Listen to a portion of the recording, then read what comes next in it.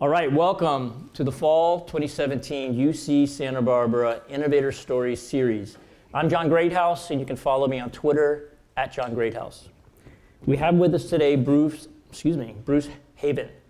Bruce is multifaceted, as are many of the people that we bring up on this stage. Bruce is an artist, he's a strategist, and he's an entrepreneur.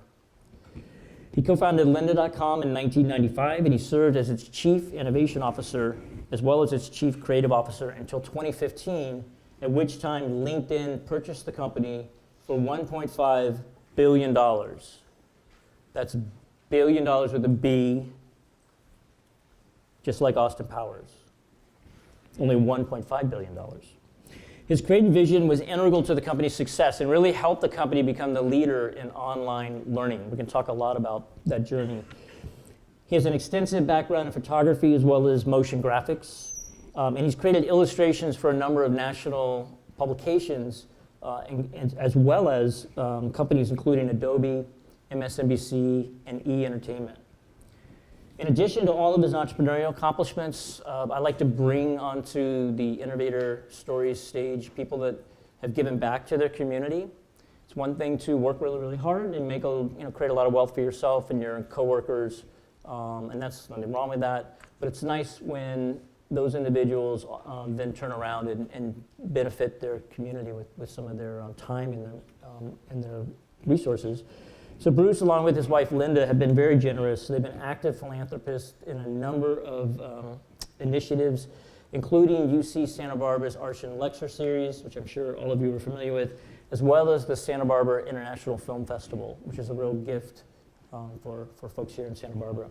Bruce graduated from the Art Center College of Design in Pasadena, and he now has the honor and privilege of serving on their board of trustees. Let's welcome Bruce to our class. Good to see you, Bruce.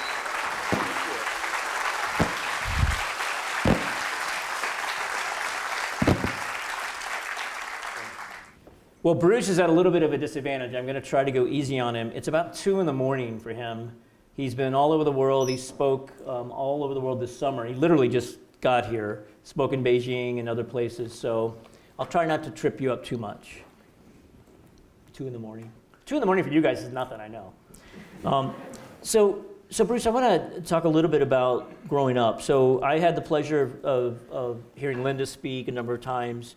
And I know that the book Summerhill School, some of you might be familiar with Summerhill School, she read it as a child. It's not a book intended for children, but she read it as a child, and it greatly influenced her. And she said it kind of carried on through her adulthood.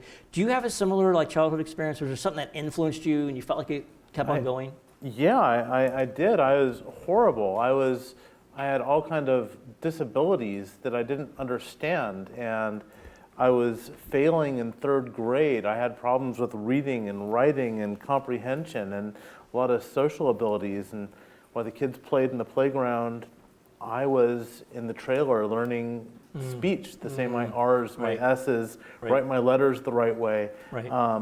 And that was really hard because I do really well at everything, but then there are areas where I just no matter how hard I worked, I'd fail. And that was always really frustrating on the educational level. It just made me really hate going into school every day. Right. Because I would go there knowing that I can't get through certain things. And that was very frustrating. So that motivated you. I mean, you essentially started an education company, right? You co-founded an education company. So was that part of the impetus for it? You knew how hard it was for you growing up? You know, what I've learned in time is that there are different ways and styles of learning. Right. And I wouldn't call ourselves an education company. We're a learning company. Learning company. We don't have any units. We don't have any credits. Yep. We didn't have any tests. It's just if you want to learn something, learn it for the sake of learning and move on. You don't have to, you don't have to prove to anyone else but yourself. Right. So, which I think is ultimately the highest bar for a lot of people, trying to prove it to yourself as opposed to memorizing something for a test. I think so. But to me, it was really about, I had a hard time getting things through, and I think part of the emphasis of what we are doing is trying to really communicate how to focus down what we are doing to make it in a way that's more approachable. And And there was a time where I looked at a chart I found, I cannot remember the source, and it said, if you read something, you learn this much. If you read it and see it, you learn this much. If you read it, see it, and do it, you learn this much. Yep. If you learn it, see it, read it, do it, and then teach it, you learn this much. Yep. And I thought that was really interesting. And I think what we were doing is we were letting people listen to it and hear it, but we were asking people on their own to do it. To actually do it, yeah. And then some of those people did get a chance to end up teaching it to coworkers, people at their company. And that's absolutely true. I mean, here, I'm a professor at UCSB, so I know this to be true. Many things that I did as an operator, as an entrepreneur, when I then had to stand up in a classroom in front of, X number of people, maybe a couple hundred people, I had to really know it. I felt like I really had to know it. I don't want to waste anybody's time. And it takes that, you put that finer edge. You put that finer edge on your knowledge. But there's a trick to being a teacher, and it's you kind of learn more than the student. Sometimes I don't think I know more than the students.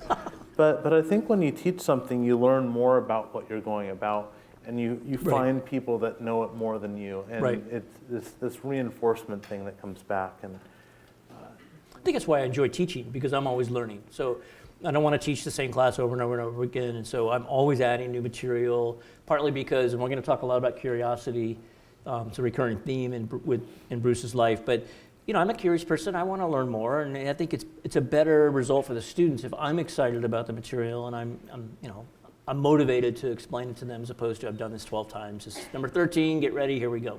Yeah. I think the condition of coming into education is really important. So when I was going to school with fear and dread, I wasn't learning. Right. And I think when you come in and you're saying I'm excited, I think you're excited and you're more open to learning. I think when you're at a state of play, you're at a state of wanting, you're more able to learn. But I think when you feel like it's work, you don't learn. Yep. It's kind of weird. I don't understand, but you have to be in the right frame. Yep, I totally agree with that. And you guys made it easy for people to digest that information by the way you evolved over time. You were head of innovation, so we'll talk about some of the things you guys did over time. One thing that I found interesting from what Bruce just said at the very beginning is many people that end up on this stage that have done, they've accomplished some incredible things. They had similar issues. They weren't the straight A student. They weren't the valedictorian. They weren't, the quarterback and the head of the school or whatever, head of the student body. Some were. I've had people up here that have had all those things in their resume, but more often than not, no. And I think, this isn't like an academic statement, but no research behind it. But I think anecdotally, there is some truth to that people that are not in the mainstream, however that's defined, are the ones that end up making a big impact. I don't know if it's because they're not in the mainstream or not, but I've seen that time and time again. I think sometimes it's also about exposure and being at the right place at the right time and kind of choosing the right path. I mean, I got very lucky. Like Linda will say it was Summerhill, and she read that when she was young. But I was the first. My dad was literally a rocket scientist, and he worked for Boeing or Douglas later Boeing, and I had access to computers in 1977. Right. And even a little hint earlier, but in home in 1977. They wouldn't let me have video games, so I'd program my own. I'd learn programming in BASIC and God forbid COBOL and then later Fortran. They don't know what you're talking about, but I do. Yeah, I wish I learned C++ or something else. But these really were like things I did that built the bedrock for going in other directions and understanding computer graphics even when they weren't that great. Right. But just understanding these things early, because when they started coming out on the consumer level, it was a lot easier to explain it to consumers what they're getting into. Absolutely. Yeah, I mean, we all had different paths. I think it's really about taking from your past experience and trying to leverage it in the direction that you think you want to go as an adult. So let's talk about one of the things you did in your past. And I've had students that have done this as well. So you tried to sell knives as a way of paying for your school. That's a pretty bold thing, walking around, selling knives. What happened and what did you learn from that? I completely failed. I did not do well. I lasted about 2 weeks doing it. And I just learned I was a horrible salesperson. I don't have it in me to pressure people Right. to sell. I'm not a high pressure person. Right. I don't, push myself on people, and what they wanted out of me is who I was. Right. So it's one of those interesting things where you realize, like, it's very important to understand what you are not. Absolutely. And is one of the hardest things as our company is growing was, as we were growing, when you start your own company, you do everything. Yep. You take out the trash, you wash the windows, you go buy office supplies. If it's just you and your wife or you and 5 others, Yep. it's just, there's almost no organizational level at that small size. You're doing everything. As you have to keep giving your jobs away Yes. as you get bigger and bigger and bigger. And but it's understanding how to surround yourself with the people that are really smart, that could help you with your deficiencies. Mm-hmm. Absolutely. So it's the way you ultimately build the right team is understanding what you're good at and what you're not good at. It's hard for younger people. A lot of people watching this all over the world are also younger. It's hard to be super self-aware when you're young, but It was try. painfully hard. I just thought I was good at everything, but I was horrible at many things. I just couldn't do certain, like sales was a good example. I am not the salesperson. But sometimes you have to experience it before you know what you truly are good, or you have to fail. Yeah. I'm going to give a shout out to Huxley's last book. So Huxley wrote a book called Island. We all know him for Brave New World and Doors of Perception, but he wrote this book called Island, and he talks about, it's an allegory for a person's journey. He was dying himself at the time, and what he says there is really relevant to what you just said. He says, knowing me means you know not me. So I need to understand what's not me in order to understand who me. It's a little gobbledygook babble, but it makes sense. Like, I can't really know who I am until I know who I'm not. So that's part of his journey. So I think your selling of knives was helping you discover who you are not. Nothing wrong with it. Now you know, hey, I need somebody that's really good at selling. But I got exposure. I got to meet other salespeople. I got to see how they do it. Right. I realized I don't belong in that culture. Yep. And even though I had a company, I eventually had that culture. It was a little insight to what was to come. Yep. One thing I struggled with as I was learning me and not me, and I'm still learning it, was I didn't always value what other people did well if I didn't do it well. So very immature way to look at life. So I was the salesperson. I was more the business development person or whatever. And I didn't value, let's say, maybe what some of the programmers did or whatever. It wasn't that I devalued them and I looked down on them, not at all. But I didn't appreciate and respect it like I should have. And it wasn't until I got higher up in my career that I realized it's all important. It's not just what you're good at that's important. It's all important. Yeah. So again, it took me a while to learn that. So if you haven't watched it, Bruce has a great TED Talk. I highly encourage you to give it a look. And there's a number of things in there I liked. I'm gonna reference one of them where you took some cliches and you flipped them around a little bit.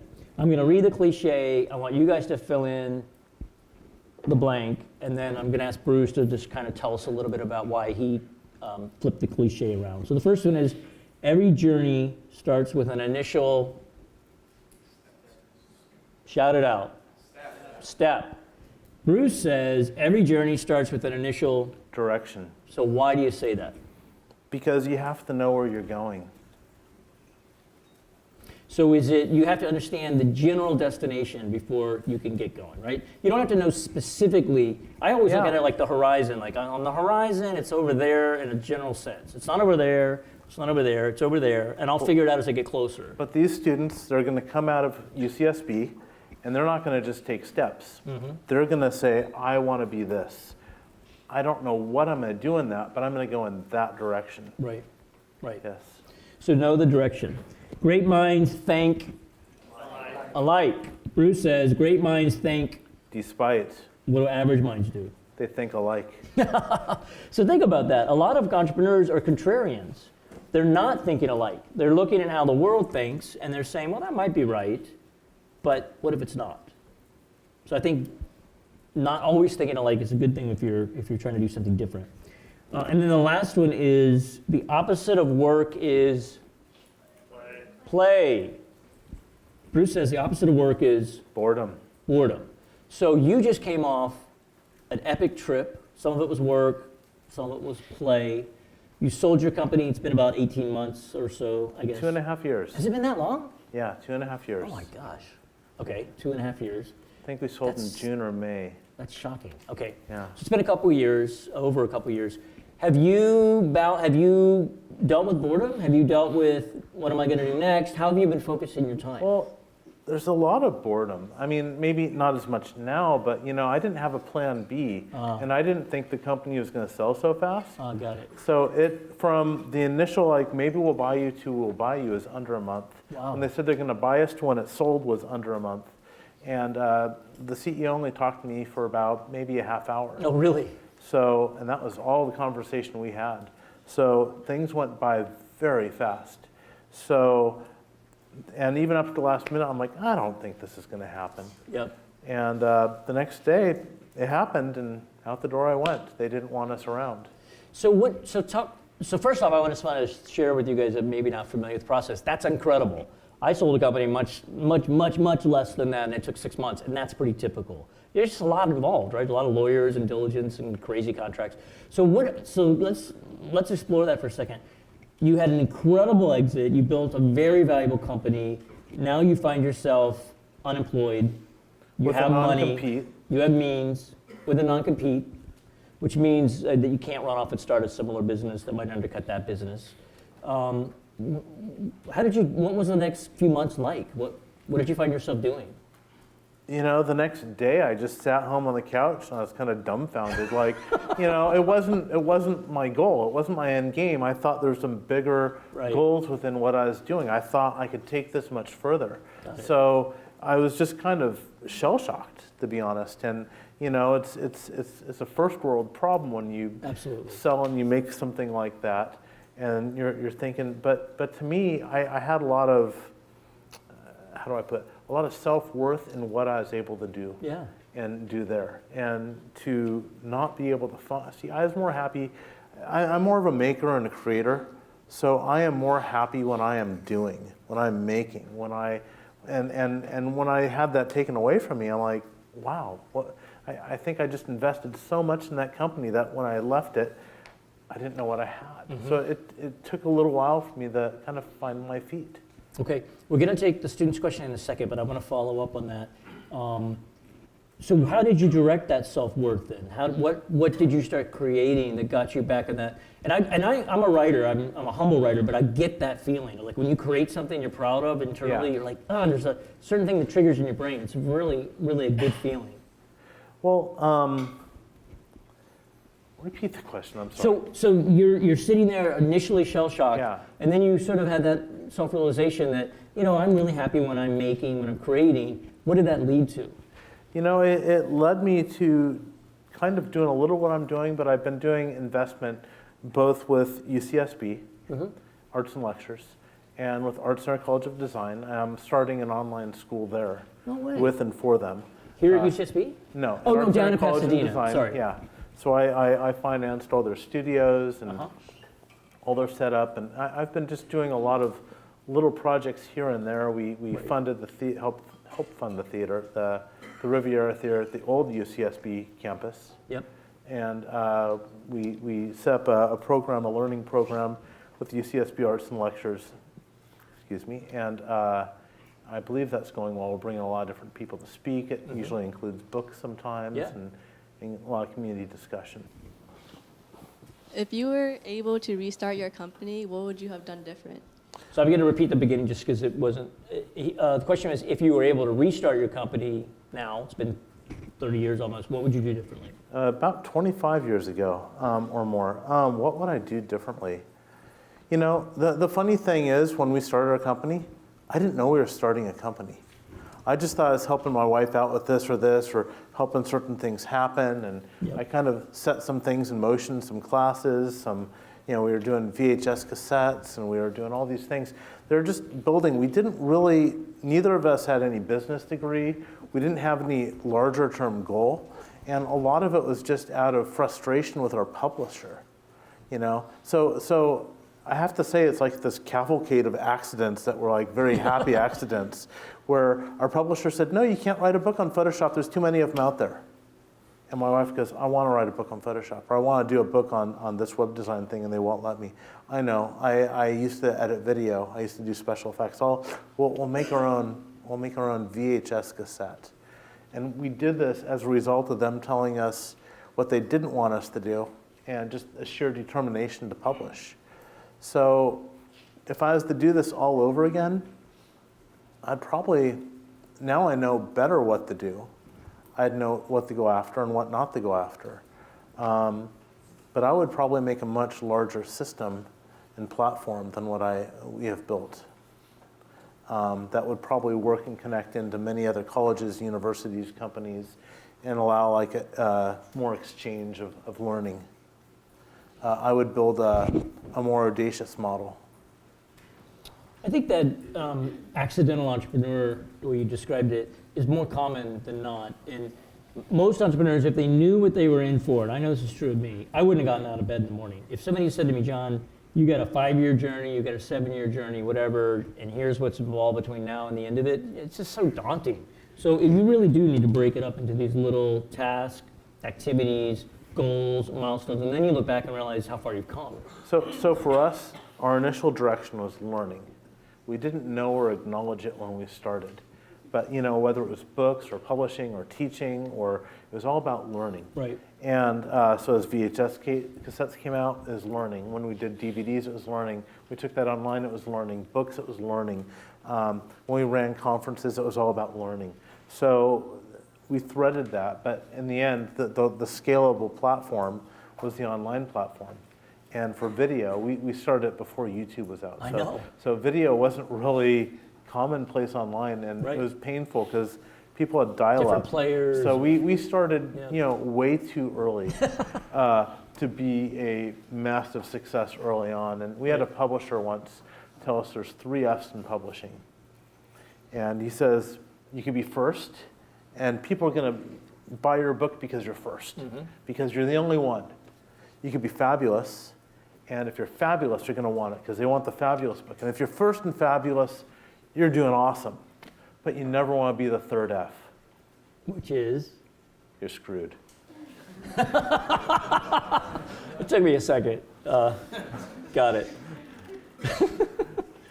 So you guys, what do you think you were? You weren't the first. Were you fabulous? I think we did, well, my wife Well, you were did. first, kind of. You were. In some categories, Yeah. in some aspects, Yep. we were definitely first.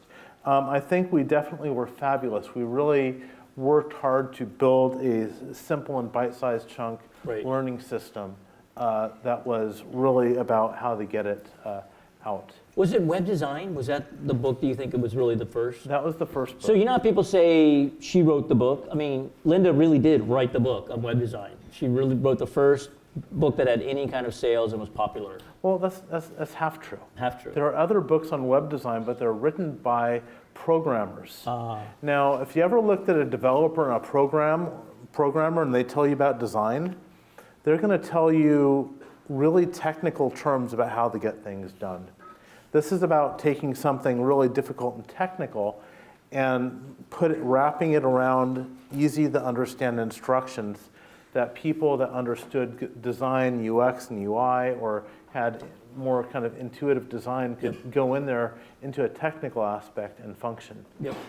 And that's where a team comes into play, right? You need to have somebody that has the user aesthetic in mind, somebody that can write the hard code that's going to be the underlying code. You need kind of all of that. Yeah, I mean, UX and UI are just as important as code. If something isn't usable, if it's not approachable, Yep. if you can't figure it out, you might drop that for the next product that's more Yeah. usable. It might be great. Even if the technology is better, Totally. it's not usable, Yep. it's not functional. So UX UI is user interface. It's what does it look like to the casual user, not what's behind the screen. There might be a really strong program behind that screen, but if the screen is insurmountable and you can't get through it, then it doesn't matter. Let's take the next student's question. You talked a bit about your past experiences growing up, and I was just wondering if there was a specific moment in your life when you knew entrepreneurship was what you wanted to do. No. No, I mean, even when we were doing, the funny thing is when you're doing entrepreneurial things, you're just functioning and you don't think, see, when we were doing things that were entrepreneurial, we didn't even know we could ask for money. We thought we had to earn our way through it. We thought we had to afford everything we did. So we had to make realistic business models to pay the bills. So we didn't take any money until after 18 years of being in business.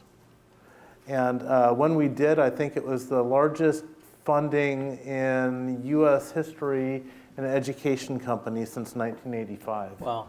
I think that was, I can't remember the number. I think it was 187 or 200 million? Wow. 187 million maybe. And so what they did is bootstrap. You guys have heard the term bootstrapping. That's when you just grow internally. You grow from customer revenue. It's a great way to grow. You control your destiny much more directly than if you take in investor money. But what we did do that, I actually, if I did it again, back to the earlier question, I would bootstrap everything I do because we owned everything. We didn't, if we took money early on, we wouldn't have much company left at the end, or we would have people supervising us and telling us what we can and can't do. And I think this is more of a passion play. We were really interested in what we were building. We were really interested in the learning and what we could teach and how we could teach and how we could develop it. It was actually kind of fun. So I think the fact that we took a lot of smaller little things to fund us, from either consulting work to operating a classroom to writing these books and all these things. And we didn't realize it was funding a much bigger system and a platform, and eventually it would hire 600 to 700 people. We didn't think or see or foresee that. It's just how it came. We had to meet up with the demand of our customers, and that's where we eventually went. So I think in your TED Talk again, it might have been, I know I've heard you say that curiosity is the gateway drug to learning, which I love. I'm going to steal that. Do you have any suggestions on how we can help maybe either our children or other people in our lives encourage their curiosity, or maybe it's a coworker, just that's been sort of your life's journey. Like how can we do that? I think for everybody it's different. Yeah. It's just like somebody likes chocolate and somebody doesn't. They'd rather have vanilla. Mm-hmm. But you gotta, I think, back to growing up, I just remember being in grade school, and the fire truck would show up, and I'd go home and I'm going to be a fireman. I thought, but the next week the police came, and they had the dogs, and they had the bicycle test on the road. And I'm like, I think it's the police. I want to be a policeman. So, but I think it's about exposure. It's about giving people an understanding of what there is out there and what you have to do and what's behind it. And you're going to find things are definitely not for you. Right, and again, it's that not me. So we know that curiosity is powerful. How did you guys use curiosity to get, back in the early days, to get people to try your books or to try the VHS tapes or whatever it was? But they didn't know who you were. I didn't know who they were either. We did a horrible job of tracking our customers. I think it was really driven by the curiosity. Like, I would be on the beta boards with Adobe and Photoshop, and I would just be like, just geeking out. I'm like, oh my gosh, okay, that's broken, but this is pretty amazing. And I'd get in there and I'd see what they could. I go, this would be cool to teach. And I'd get curious about what was in there or what was happening. And Linda was that way with web design, like what you could do with, back then we used tables to position things because there was no CSS. Or we had the blink tag, which is no longer usable. But we just find these little attributes and little aspects, and we find them interesting and fascinating and new things people could do. And we just drove and like, how do we build this where people could learn and apply this? Well, because you were domain experts, so you knew the space well enough to say, hey, if this intrigues me, and if I think this is valuable to know, then probably there's an audience for this knowledge. I think that's a good way of putting it. We weren't always domain experts, and well, you became domain experts over time. We did, but there's a point where there's people better than you. Totally. Yep. And this is the other case of you have to bring them in. There's this saying that we'd always say, A's attract A's. Yep. But B's attract C's. Yes. Do you know why that is?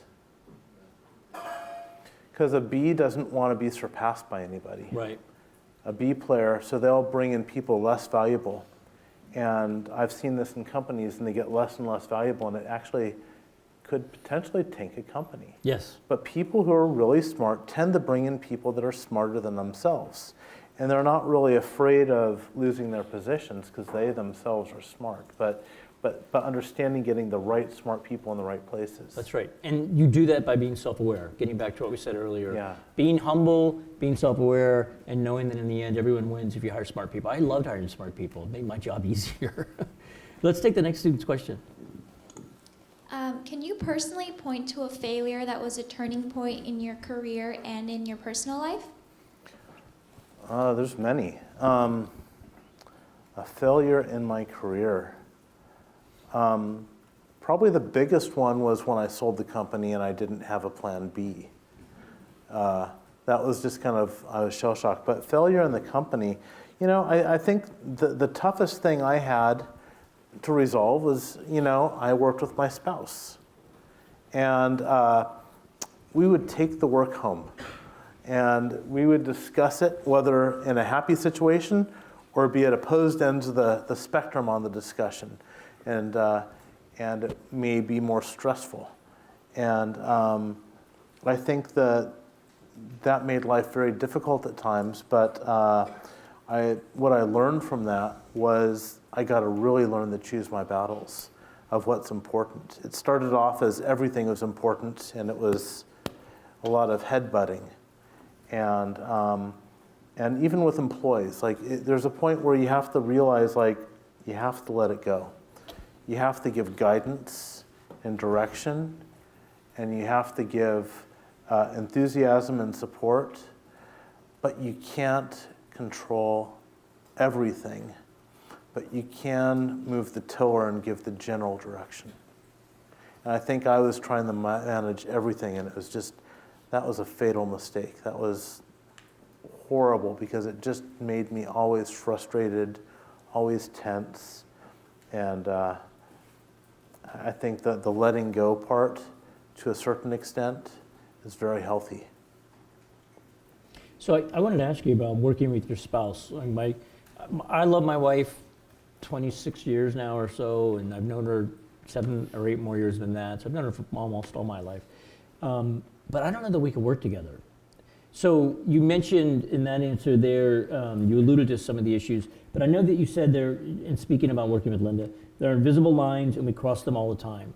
So is the secret knowing when to cross the line and when to not? How did you guys sort of parse out what you did? Well, I did a lot of the design stuff. She did a lot of the educational. She did a lot of the public speaking. I was more man behind the curtain, if you so speak. Yep. I did a lot of more strategic aspects of the business and the business modeling.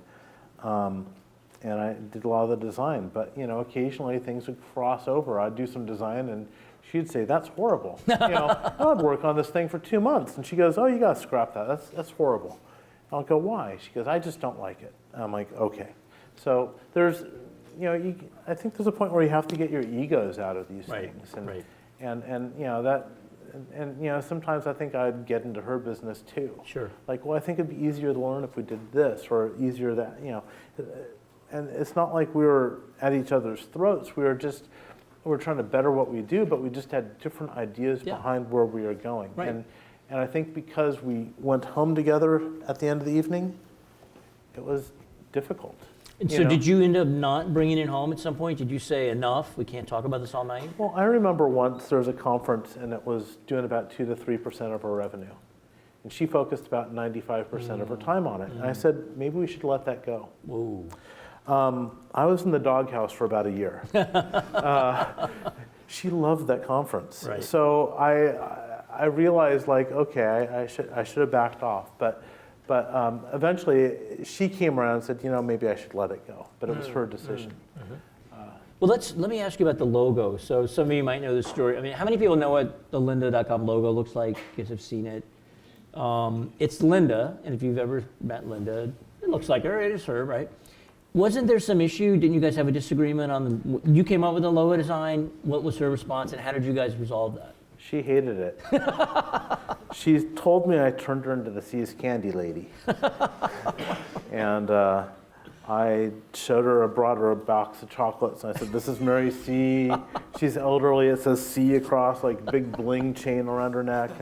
And I said, "You don't look anything like," and she just was so convinced because it was an oval. I go, "No, it's a round." Anyway, she let it go after a while, but she told me that it's impossible for anyone to like any resemblance of themselves. True. So At least it's true for me. But yeah. so she resolved it by, she trusted you. She said, you felt strong enough about it, you advocated for it. Well, a lot of people liked it. It worked well. It Yep. printed small in the spine of a book. It printed big. It, we did a booth at some shows, and I'd have maybe like a 40 by 80 foot booth. And I'd Wow. project it, maybe 25 feet tall on a wall. Right. And it read well. Okay. And, I'd go through the city of San Francisco, and I'd position them on bus stops strategically between the hotels and the convention center. I'd only buy like 4, and people go, wow, you wallpapered the whole city. No, just 4. Just where you walked. Just where I walked. But we'd do this, and it was just a very recognizable, very iconic piece. So, I believe in having unique silhouettes. I believe in, trying not to do something that looks like something else. Right. Because a logo mark is not your brand, but it's a mark, and it's what the brand impression is put into with people. Right. Yeah, no, it's an iconic one for sure. The colors, the whole thing. We'll take the next student's question. At what point did you or your wife realize that you had created something that was really going to be successful and was going to leave a larger impact than you originally intended? I think there's this magic number we crossed when we had our subscription service, and when we passed this earning point, I think it was either at $10 or $20 million a year, we got a lot of investors just banging on our doors, wanting our time. And we didn't know what to do or how to talk to an investor Right. or what does a term sheet look like. And we got some of these term sheets. And, at the time they were valuing us at like, $24 million or, so they would pay us pennies for what it was worth today. But they were all interested in, they saw the potential in what we were doing. And when we started realizing, like, wow, there's a lot of people very serious about our company, that's when we started realizing, yeah, we're on to something big. And it was growing at, for a while, I think it was growing over 100% year over year over year. So you could just imagine how that compounds. I'm going to go back to working with your wife, working with Linda. And the tech community has been struggling with diversity for a long time, and gender diversity, racial diversity. You guys were started in the mid-90s, so 94-ish. I'm just wondering, during that time, did you ever, I know you didn't take a lot of investment money, so maybe the answer is no, not really, but were there ever interactions where it was you and Linda and the other people deferred to you because you were a man and sort of disrespected her or didn't give her her due? Did that happen? And if it did, how did you guys deal with that?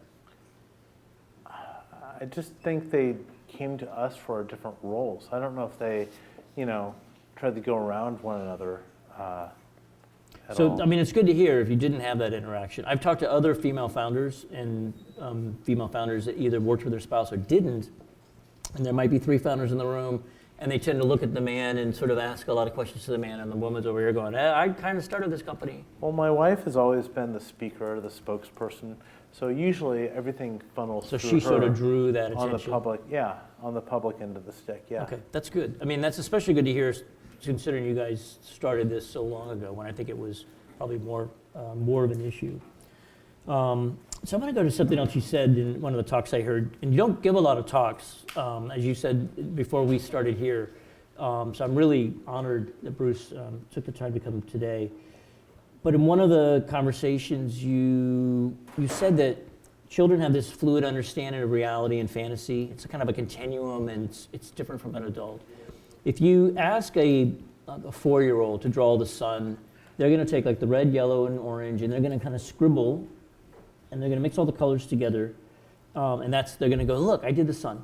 They go to first grade, and the teacher says, nope, take a protractor, draw a circle, put little lines like this out, and now everyone in the classroom is drawing the sun the same way. If you look at those 2 renderings, the one the 4-year-old did is really more accurate, right? It's just sort of a... It's not more accurate, Well, it's just there's something to it that's actually far more refreshing, I love the drawing of kids. Kids when they draw it, it's me and mommy and brother and sis, and there's the shark that we saw and it's coming after us, Right, or a right, bear. right. But there's a story. And when they start developing their drawings, when they are cognizant, when they're conscious of what they're doing, Yep. they're trying to get the nose right. Right, And the right, story goes away. right. They try to get the eye right, or they're ashamed of what they can't get the eye right, so they just don't want to show anyone. And the story goes away. And they get more obsessed over the technique Yep. or the style than the substance. And if you even listen to Picasso, he'll tell you later in life that I'm trying to draw more like a child. Get back to that, because there's something that wasn't spoken. There's something that was just kind of like they got that crayon in their hands and they made that fist and they drew that thing, and Yep. it's just kind of primal. But they were able to communicate. And I don't know, I just think like what the kids can do at a young age is rather amazing. And for me, going back to art school, part of it was like learning to go back and like, I gotta tell the story. Mm-hmm. I gotta go back to that part that I gave up. Right. Because for me, my background is being an illustrator. So of course I have to go back and tell the story.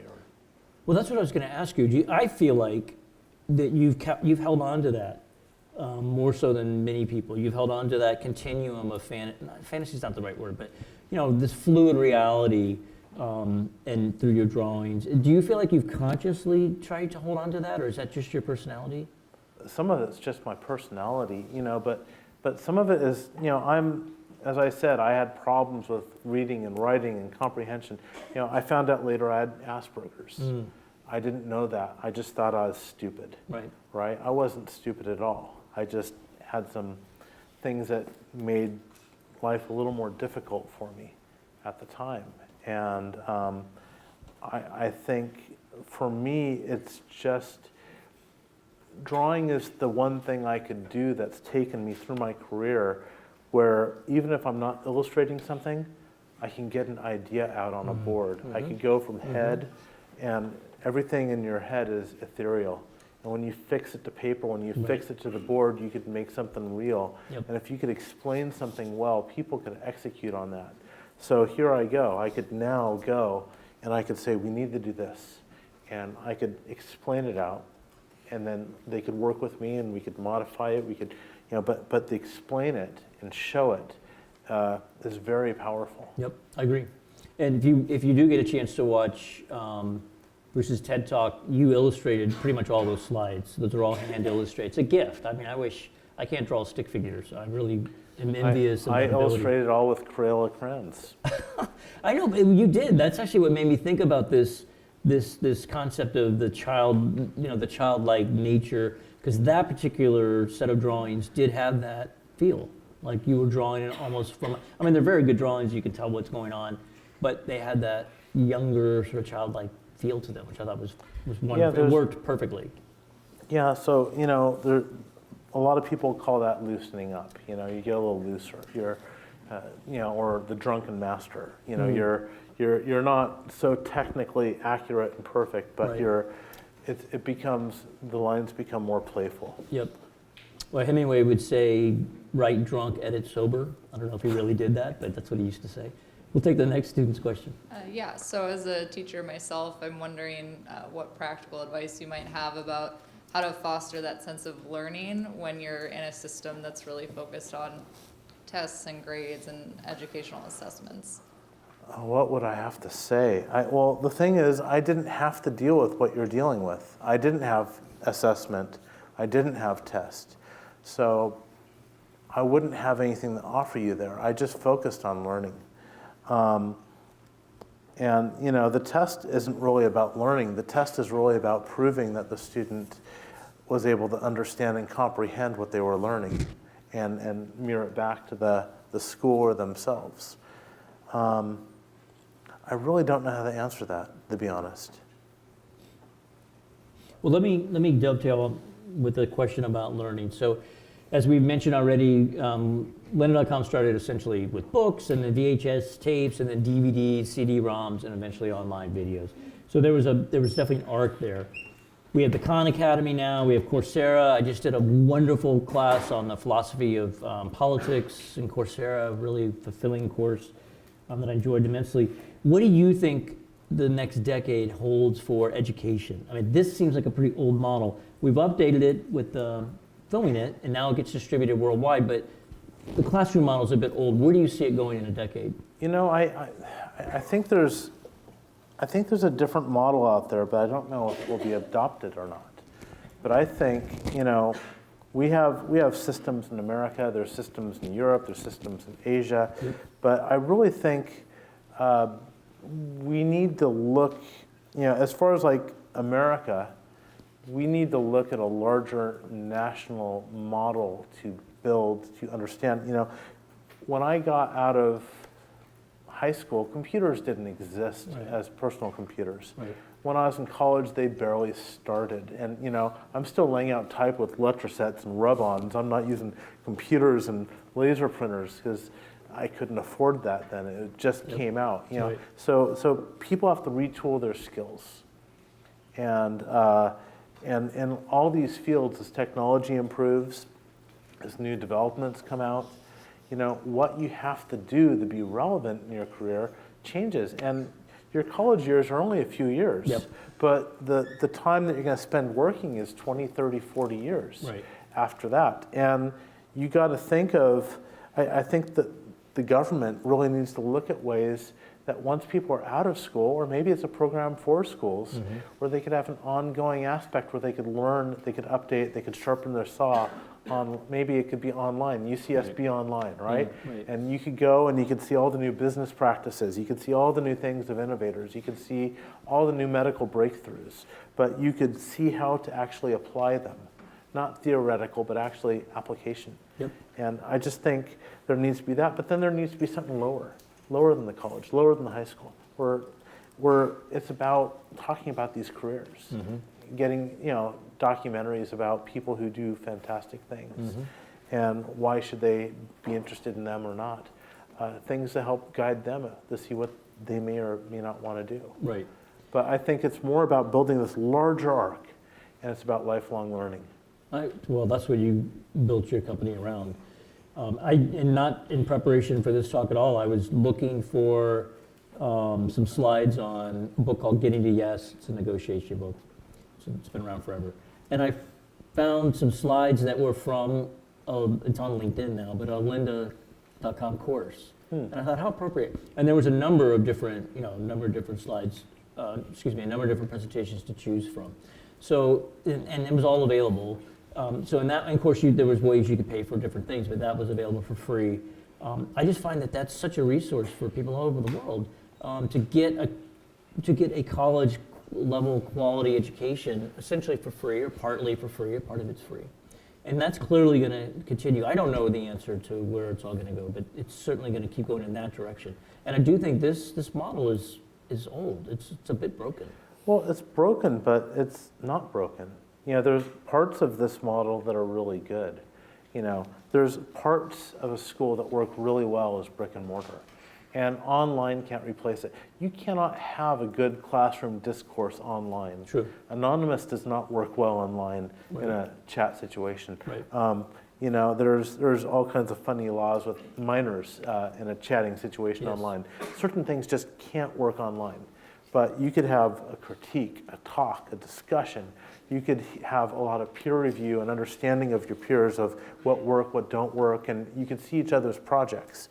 There are things that you could do in this. You're going to make relationships in the school. Yep. You're not going to make relationships online. Yep. You know. I totally agree. It's that online, offline model where I might say to you guys, hey, go watch these videos or go watch the lecture I gave, and then let's come back as a group and let's talk about that. So a lot of people call that as the flipped classroom. And you know, law schools have been doing this forever, where people read, and they go back Read the and they case, read the case study, and then they go back and they argue it Yeah. in the classroom, and that's also a form of a flipped classroom. Yep. But I think what we did is more akin to a book, right? It's more learning materials, and a lot of colleges and universities adopted these, and you would see this and you'd react and you'd go do the rest in class, and you know, for where I was with Art Center College of Design, we would teach people to edit the videos. And now when they're teaching film, they're not teaching the edit of the software, which was changing every 18 months. Right. They were teaching the cut, the story, how do I get the craft better? Yep. Because the software is going to keep changing. You know, to learn the software is not a lifelong skill. Right. It's going to be a skill that's going to work for a few years, and you're going to discover it's obsolete, Right. it's out of date, or it's been replaced. Right. Right. Yeah, but Yeah. knowing the fundamentals of the film, of film creation and editing Yeah. is important. Yeah, so I think the big thing here is like, what's best done online, what's best done in a brick and mortar school, and where they could work and where they overlap and where they Right. don't. Trying to bring them together. I think there's something to be said or something to be found there. Yeah, I think we're still figuring that out. We're in inning number 1 of it, of that discovery. We'll take one more student question. What would you say makes your company different and better than your competitors? Different and better. I think some of our competitors did some things better than us. I'm not saying we are better, but we got, in poker terms, I think what we did is a lot of our competitors were acquiring other competitors or other people and other content to make a larger libraries to compete with us. We were building it all, recording it all, editing it all in-house here in Carpinteria, California, in Santa Barbara. We didn't have the best platform at first, but as we could afford it, we did it. But I think what we did really well is we did really good content, and we did a really good job curating it. We did a really good job understanding the various fields we went into and what to cover. I'm not sure, I haven't looked at what they've been doing the last 2.5 years, but the focus to me was always about content and what we were doing. And everything else was derivative of that. So if we were to put our focus, let's just say, in business courses, then our editing needs would follow that, and then everything would follow because it's more about meeting. What we found out is we were meeting a real need. And when you meet the need, we had horrible marketing. We tried really hard to market ourselves. No matter what we did, the word of mouth was better. We spent a lot of money on marketing, and it rarely helped. We did some things right, some things extremely wrong in marketing. But I figure we really did best with just having really good, usable content for people. And when they found use out of it, they shared it with their friends. The universities picked it up. And all the business is really driven out of the programming of the content.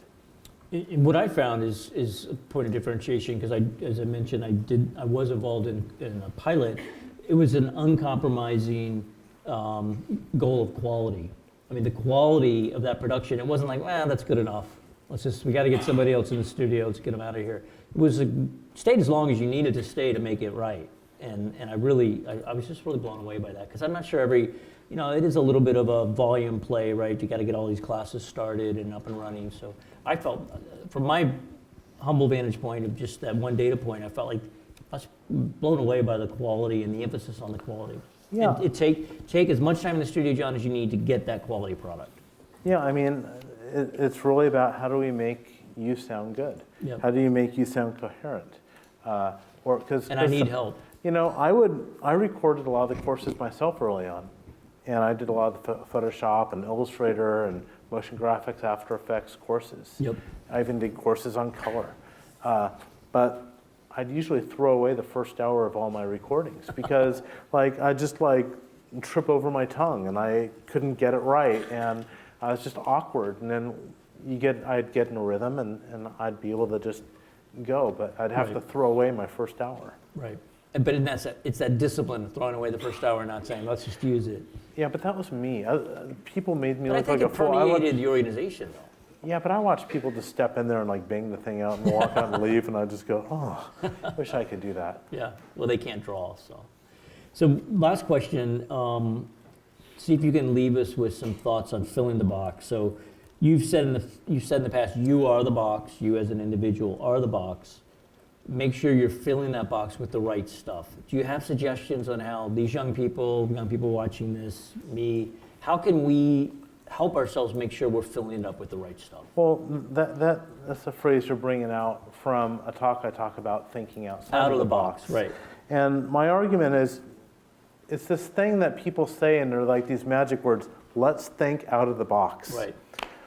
And my attitude is, you can't.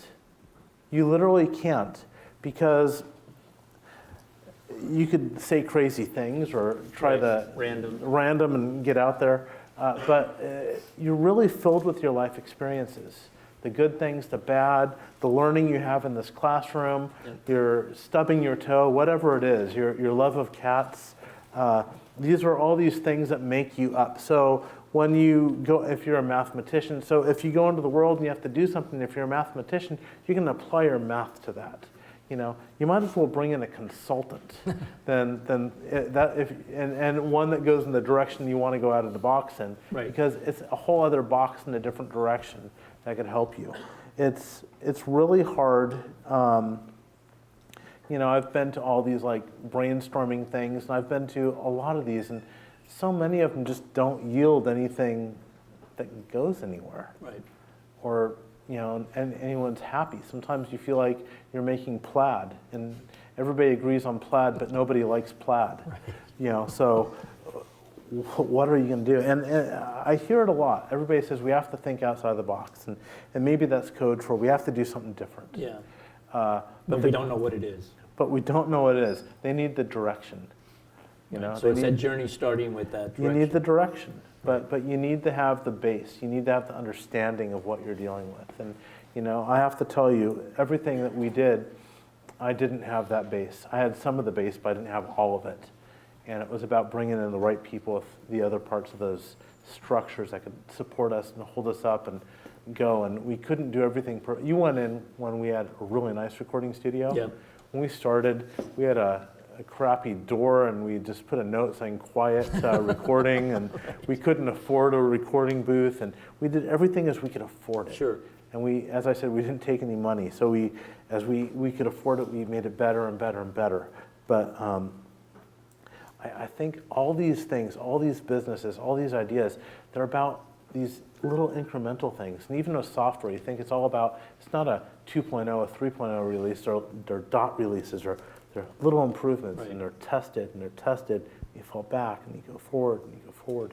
And it's not these monumental growths, or a lot of little growths. Yeah, I think that's true of most startups, and I think it's true of most lives. You know, we're inch by inch, it's a cinch, yard by yard, it's hard. Yeah, sometimes you need to make a yard, but yeah, and but it feels like you have to make it inch by inch. Yeah. Bruce, I really appreciate you taking the time. This was wonderful. Thank you so much. Thank you.